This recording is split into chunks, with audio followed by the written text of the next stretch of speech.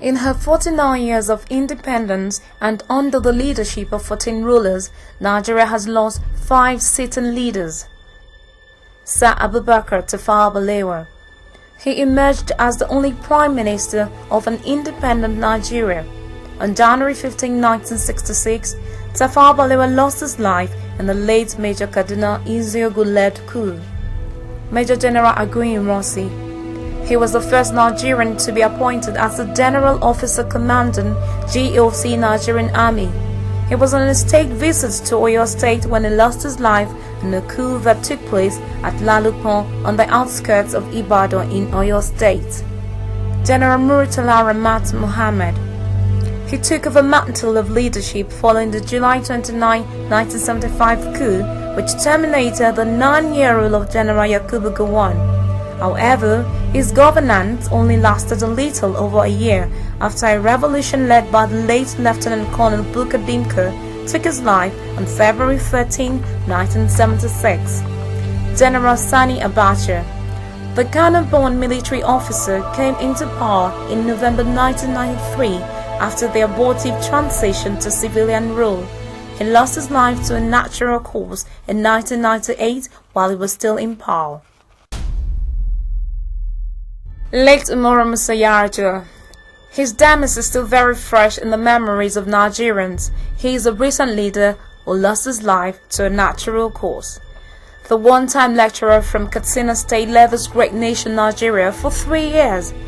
Late Umoru Musa YarAdua battled with a long case of pericarditis, and he was reported to have eventually died of Shock-Strauss syndrome. That made him the second president to have died of a natural cause.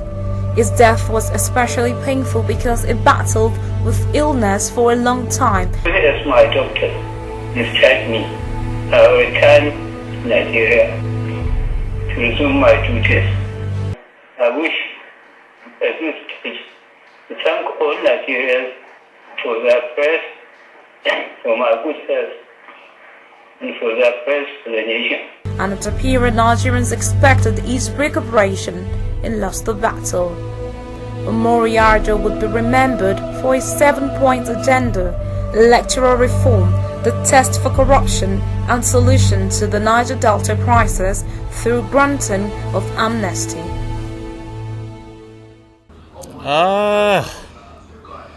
If there's any word to use more than it's a great shock, I would prefer to use that word.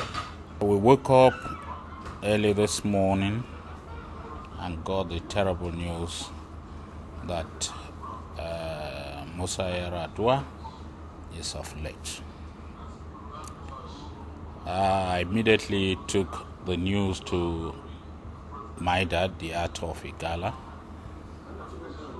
and of course immediately we commenced the administrative job of informing most of his bearded citizens, and of course how to convey the condolence message to Katsina.